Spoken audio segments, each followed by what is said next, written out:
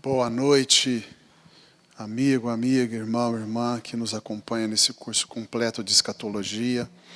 Nós agora estamos na parte 15, a lição 15, e o projeto nosso é que sejam 17 lições, então nós estamos na antepenúltima.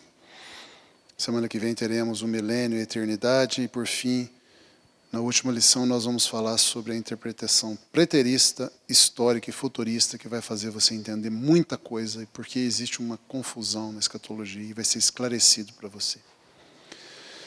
Vamos orar? Pai Santo, Pai Nosso, mais uma vez nós pedimos que o Espírito Santo nos ensine a respeito do futuro, do jeito que a Bíblia fala, e que isso enche o nosso coração de gozo, de paz, de fé, de esperança, de força, de alegria, de amor. Encha-nos daquele amor principal, Senhor, que começou a faltar na igreja de Éfeso. E que nós possamos cumprir a grande comissão com grande energia e grande motivação por conhecer o futuro maravilhoso que nos espera. Nos ajuda a saquear o inferno, a tirar da perdição as pessoas e trazer para o reino de Deus, o reino do Filho do seu amor. Oramos assim com fé em nome de Jesus. Amém. O tema da nossa lição hoje é a volta de Jesus. O texto bíblico mais direto que descreve a própria volta é Apocalipse 19. Em lições anteriores nós lemos esses versículos de Apocalipse 19 que descreve diretamente a volta de Jesus. É a descrição de um repórter vendo Jesus voltar escrevendo como vai ser, a partir do verso 11. Eu, João, vi o céu aberto, e eis um cavalo branco, o seu cavaleiro se chama Fiel e Verdadeiro, e julga e peleja com justiça. Os seus olhos são chama de fogo, na sua cabeça muitos diademas, que são coroas. Tem um nome escrito que ninguém conhece, senão ele mesmo. Está vestido com um manto tinto de sangue, o seu nome se chama o Verbo de Deus, é Jesus. E seguiam-no os exércitos que há no céu, montando cavalos brancos, com vestiduras de linho fino, branco e puro. Sai da sua boca uma espada afiada para com ela ferir as nações incrédulas e apóstatas e más, e ele mesmo as regerá com certo de ferro durante o milênio, e pessoalmente pisa o lagar do vinho do furor da ira de Deus Todo-Poderoso, que é a matança das nações que se juntaram contra Israel na batalha do Armagedon. Tem no seu manto e na sua coxa o nome escrito Rei dos Reis e Senhor dos Senhores. Isso é a volta de Jesus descrita de maneira como uma reportagem, a descrição exata. Mas eu quero ler com você um pouco mais sobre a volta dele, começando aqui no Evangelho de Lucas, finalzinho do Evangelho de Lucas, no capítulo 24, verso 50. Então Jesus levou os seus discípulos para Betânia e, erguendo as mãos, os abençoou. Aconteceu que, enquanto os abençoava, ia se retirando deles, sendo elevado para o céu. Então eles, os seus discípulos, adorando-o, voltaram para Jerusalém, tomados de grande júbilo, e estavam sempre no templo, louvando a Deus. Nós sabemos por outros textos bíblicos que foram aproximadamente 500 pessoas, 500 discípulos de Jesus, que viram ele subir aos céus. Esse texto, Lucas escreveu em Atos dos Apóstolos, porque Lucas escreveu Atos também, Lucas escreveu o Evangelho de Lucas e escreveu Atos dos Apóstolos. E ele fala um pouco mais aqui em Atos 1, a partir do verso 6, dizendo: então os que estavam reunidos lhe perguntaram, reunidos ali no momento que Jesus ia subir aos céus, lhe perguntaram: Senhor, será este o tempo em que restaures o reino a Israel? Porque Jesus tinha prometido ali nos versos anteriores que eles seriam batizados no Espírito Santo dentro de poucos dias. Então os discípulos perguntaram: quando o batismo com o Espírito Santo será o tempo em que o reino será dado de volta a Israel, ou seja, que o reino de Deus será implantado na terra, com o Senhor voltando e implantando o reino na terra? Vai ser daqui a poucos dias? Respondeu-lhes Jesus: não vos compete conhecer tempos ou épocas que o Pai reservou pela sua exclusiva autoridade. Mas recebereis poder ao descer sobre vós o Espírito Santo, e sereis minhas testemunhas, tanto em Jerusalém, como em toda a Judéia e Samaria, até os confins da terra. Mal sabiam eles que ia levar mais de 2000 anos, aproximadamente 2000 anos para ele voltar, que é o que nós estamos agora próximo de acontecer. Ditas estas palavras, foi Jesus elevado às alturas, à vista deles, e uma nuvem o encobriu dos seus olhos. E estando eles, os discípulos, os 12, mais muitos outros, A gente sabe, né, como eu disse por outros textos, que eram aproximadamente 500 pessoas viram Jesus subir aos céus, 500 testemunhas. Enquanto Jesus subia, eis que 2 varões vestidos de branco se puseram ao lado deles, eram anjos, e lhes disseram: varões galileus, por que estáis olhando para as alturas? Este Jesus que dentre vós foi elevado ao céu, virá do modo como viste subir, voltará outra vez.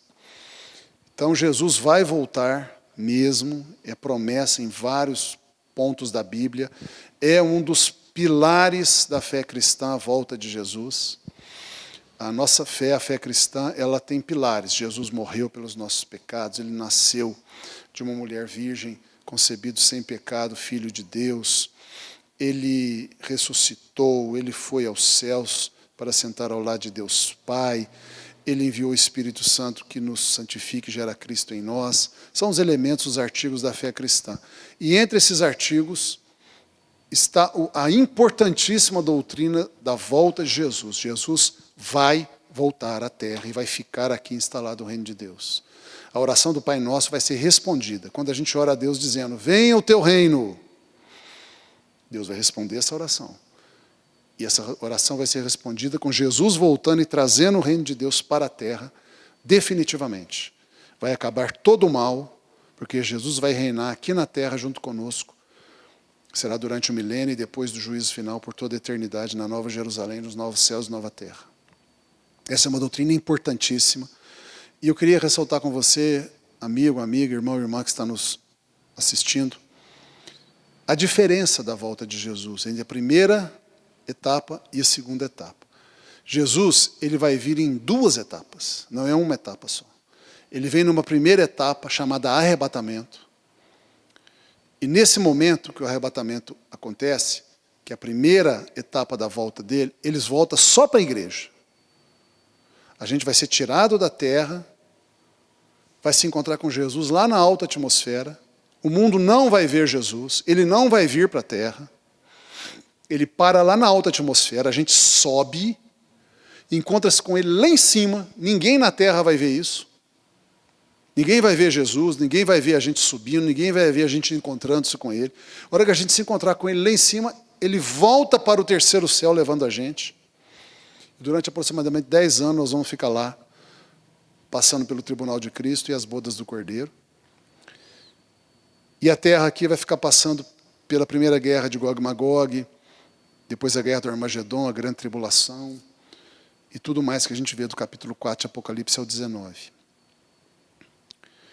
E no fim da grande tribulação, no fim dos 10 anos depois aproximadamente que ele se encontrou com a gente na primeira etapa lá em cima, o mundo não o viu,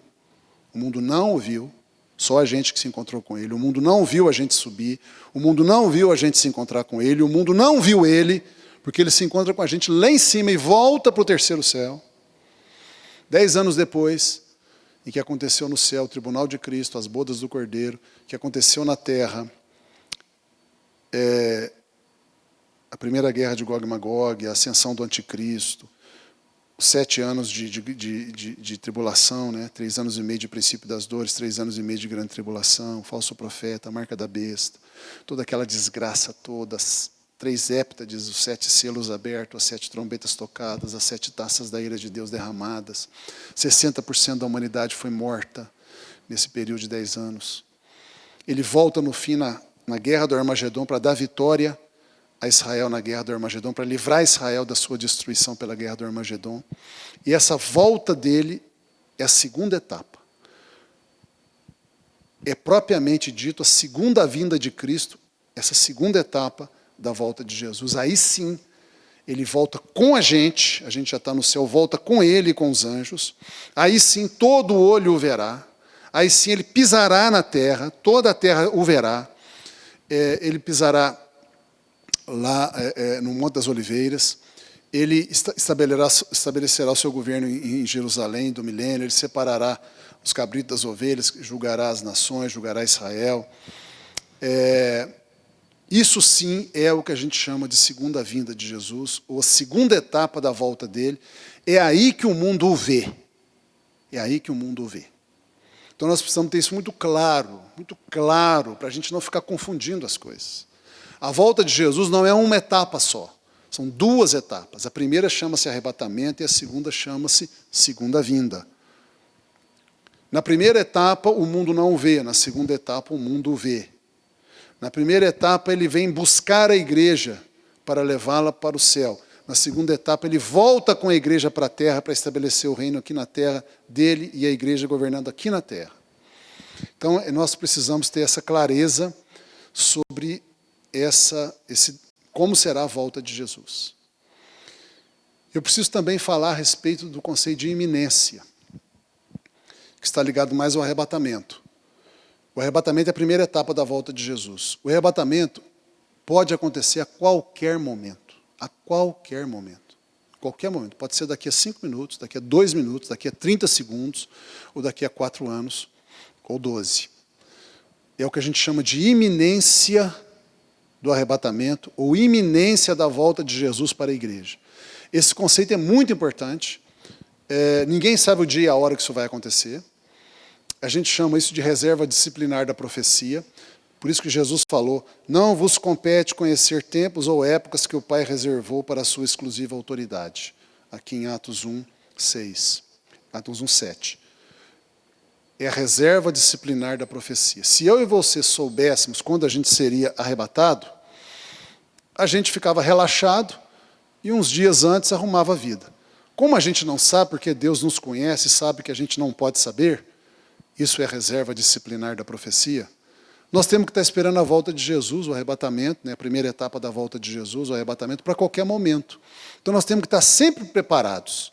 É por isso que aquelas 5 virgens foram as virgens corretas, né? Porque elas estavam sempre com azeite na lâmpada, porque o noivo podia voltar a qualquer momento. E assim devemos ser nós. Esse conceito de iminência é super importante. Nós não sabemos quando será o arrebatamento. Não existe na Bíblia sinal para o arrebatamento. Nós não podemos dizer que nuvem de gafanhoto é sinal para o arrebatamento, ou terremoto, ou qualquer outra coisa. Não sabemos, não existe sinal para o arrebatamento.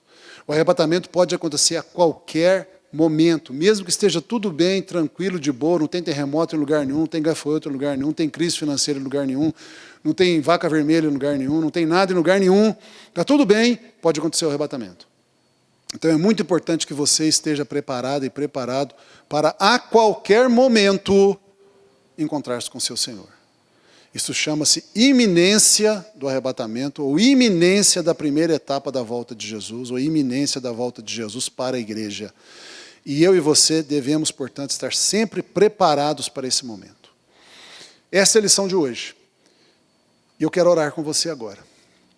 Pai nosso, que está nos céus, oramos em nome de Jesus. E agradecemos ao Senhor por essa bendita esperança da volta de Jesus, quando todo o mal será vencido e o reino de Deus virá para a terra. E nós pedimos, Espírito Santo, nos ensina a manter as nossas lâmpadas cheias de azeite o tempo todo, para estarmos preparados para a iminente volta de Jesus para nós.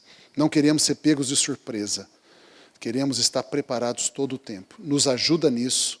Oramos e pedimos com fé em nome de Jesus. Amém. Glória a Deus.